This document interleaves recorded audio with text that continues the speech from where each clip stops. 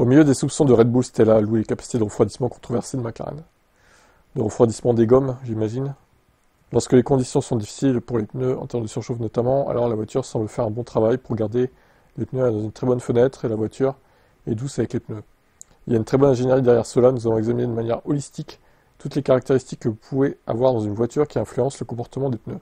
Et ça, c'est très intelligent d'avoir fait ça. Les commentaires de Stella interviennent alors qu'une bataille en coulisses se prépare entre Red Bull et McLaren concernant la capacité de l'équipe basée à Woking à empêcher leurs pneus de se dégrader, même sous des températures aussi élevées qu'à Miami. Stella a ensuite loué le travail réalisé par le personnel technique chez McLaren pour la manière dont ils ont maîtrisé les pneus Pirelli hautement complexes. C'est pratique pour encaisser ce genre d'avantages et ensuite maîtriser l'un des aspects qui en Formule 1 semble encore un peu être un art obscur, celui de gérer les pneus. Je dirais que surtout quand il fait chaud, il y a une autre caractéristique que je pense fonctionne très bien avec notre voiture, c'est le système de refroidissement. Je pense que quand il fait chaud, notre voiture, vous pouvez voir qu'elle est relativement fermée d'un point de vue carrosserie. Il y a aussi une excellente ingénierie dans la disposition du système de refroidissement de la voiture. Je pense que dans ces conditions, nous voyons que l'excellence de l'ingénierie chez McLaren a atteint un point où elle peut faire la différence à ce point. Donc en gros, ils vont essayer de ralentir McLaren avec les ailerons flexibles, soi-disant, en Espagne, donc la course après Imola, mais je pense pas que ça marche en fait, parce que leur secret c'est le refroidissement des gommes. C'est pas forcément le mini DRS qu'ils ont là. Alors si, ça joue un peu, mais les 30 secondes qu'ils ont mis à Red Bull à Miami, c'est pas grâce au mini DRS. Hein. Allez, il y a peut-être 10 secondes grâce à ça, je dirais. Le reste, c'est vraiment leur gestion des températures des gommes. C'est évident. On verra bien. Et Andrea Stella critique Red Bull. Ils excellent à manipuler le récit à leur avantage. Oui, il a raison. Hein. Ils font de la politique Red Bull. Hein. Ils essaient de nous faire croire que la Red Bull est nulle, mais on a encore vu à Miami que, surtout en qualif, elle est pas si nulle que ça. Bon, en course, c'est vrai que... Mais en même temps, il se plaignait de problèmes de frein, Verstappen. Est-ce que c'est pas à cause de ça aussi qu'il a sous-performé? Parce qu'en qualif, on voit quand même que la voiture est présente. Hein. Ils créent le récit de l'outsider. Red Bull, ils sont très doués pour fabriquer des voitures rapides, exceptionnellement bons pour les piloter. Ils sont aussi extrêmement doués pour créer un récit à leur avantage. Ils exploitent chaque opportunité, parfois en prétendant qu'ils réalisent des miracles, alors que les autres devraient dominer toutes les séances. C'est un discours que certains de nos concurrents propagent, mais nous on tourne la page. Nous regardons les chiffres, les faits, et nous devons nous améliorer.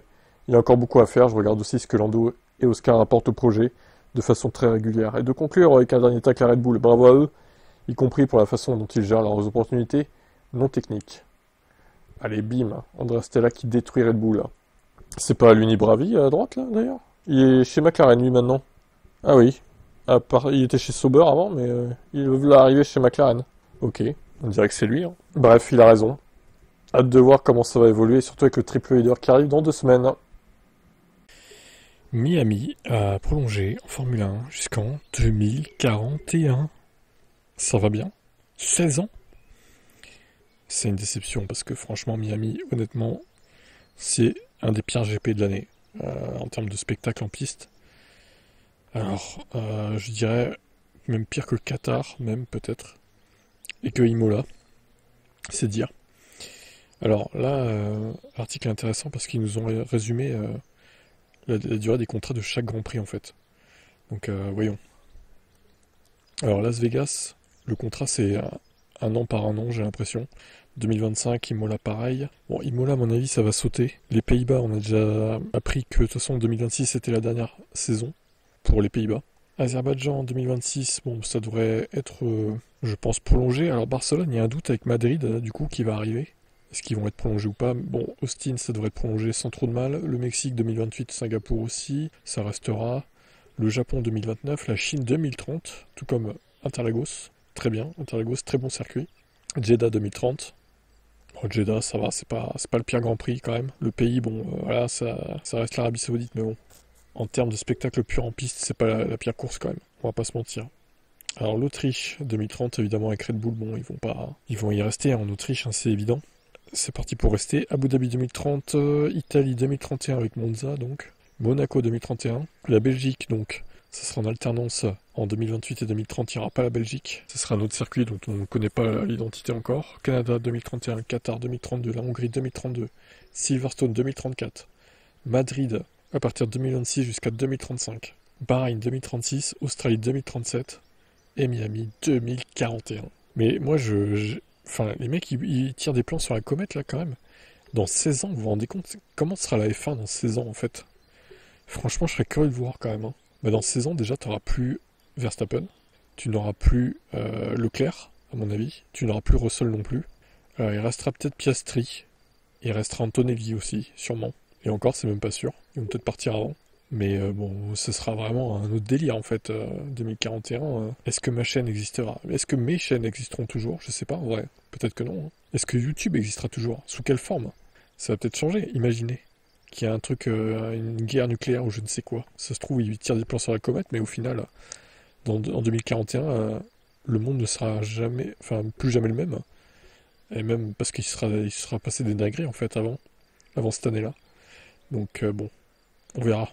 À mon avis, il va se passer des choses hein, d'ici les 16 prochaines années. Et imaginez juste, les États-Unis font une dinguerie, ils sont bannis par le monde entier comme la Russie. Et là, du coup, bah, tous les contrats sautent avec les circuits US. Oh là là, le délire. Allez, on verra. En tout cas, c'est une mauvaise nouvelle parce que Miami, c'est un circuit de merde. Je pense qu'on est tous d'accord là-dessus. Alors, on a parlé de Gasly l'autre fois. Maintenant, parlons de Douane, justement. Est-ce qu'il se sent encore bien chez Alpine? Est-ce qu'il va rester dans cette équipe? Moi et Gabriel Bortoleto parions plus tôt et nous espérons que très bientôt nous ne lutterons plus pour les dernières positions, mais bien pour les points et plus encore. Alors, ça c'est étonnant comme déclaration parce que Gasly, lui, il lutte pour les points en fait, Douane, déjà, et il a la même voiture que toi en fait. Donc que toi tu luttes pour pas être dernier, déjà ça me pose problème en fait. Si ton objectif c'est de plus être dernier avec une Alpine qui joue les points, ça me pose un peu problème, hein, Jack, hein, quand même. Je suis désolé de le dire, hein. Je pense que nous allons vouloir nous concentrer sur les pneus. Je pense que nous sommes à peu près là en termes de rythme de qualif. Si on commence un peu plus haut, alors on pourra peut-être être un peu plus prudent, ne pas être si aventureux dans la stratégie, et les choses se dérouleront un peu mieux. Il y a évidemment un sprint à Miami, mais l'objectif est de partir du bon pied, d'être dans les 10 premiers en qualif, puis de faire de notre mieux pour y rester pendant la course. Bien sûr, ma confiance dans ce paddock à l'intérieur de la voiture en travaillant avec l'équipe a augmenté. Je continue également d'apprendre comment optimiser mon package et aussi comment optimiser notre PU. À chaque tour, j'apprends encore et je gagne de plus en plus en confiance. Ouais, je suis pas spécialement convaincu. En fait, Douane, il me fait penser un peu à Sargent. Pas mauvais, mais on sent que son potentiel va vite être atteint, en fait. Et je crains que son potentiel soit pas très haut à Jack Douane. C'est ce qui m'inspire, en tout cas. Maintenant, peut-être que je me trompe et qu'il va se révéler être un cador. Mais honnêtement, je pense pas, hein. Ou alors, il met du temps à faire ça, hein, on va dire ça comme ça. Mais bon, laissons-lui le bénéfice du doute, pour l'instant il débute, hein. Allez, ciao. Alors, on a vu précédemment que Horner avait dit que Max resterait en 2026, jusqu'en 2026 chez Red Bull, donc 2026 inclus, du coup. Et Oliver Mintzlaff, le nouveau boss de Red Bull, en est convaincu également. Je suis convaincu qu'il continuera le long voyage qu'il a jusqu'à présent entrepris avec Red Bull, et courra pour nous en 2026. A noter que son contrat est valide jusqu'à fin 2028. Nous ne paniquons pas, une saison de Formule 1 est extrêmement longue, souligne-t-il. L'état d'esprit pour construire la meilleure voiture du monde doit rester. Mintzlaff se souvient également d'une déclaration précédente de Verstappen, qui exprimait le souhait de terminer sa carrière chez Red Bull. À ma connaissance, rien n'a changé. Franchement, si vraiment il termine sa carrière chez Red Bull, ça serait décevant, parce que ça voudrait dire que c'est un mec qui se complaît dans son confort, dans sa zone de confort, il veut pas changer ses habitudes, il veut pas se mettre un challenge en quittant une équipe et en allant ailleurs. Ça, c'est pas un mental de champion, je trouve. Les mecs, ils veulent se donner aucun challenge, aucune difficulté, aucun handicap, entre guillemets. Il veut rester dans son confort, dans sa zone de confort avec son équipe qu'il connaît par cœur. Bah non, mauvaise mentalité, je trouve, Max Verstappen. Enfin, après, bon, il va peut-être changer d'avis d'ici là, à voir. Mais ça fait déjà un moment qu'il est chez Red Bull, un long moment, mine de rien. On verra. Vous pensez qu'il changera d'équipe ou pas, vous?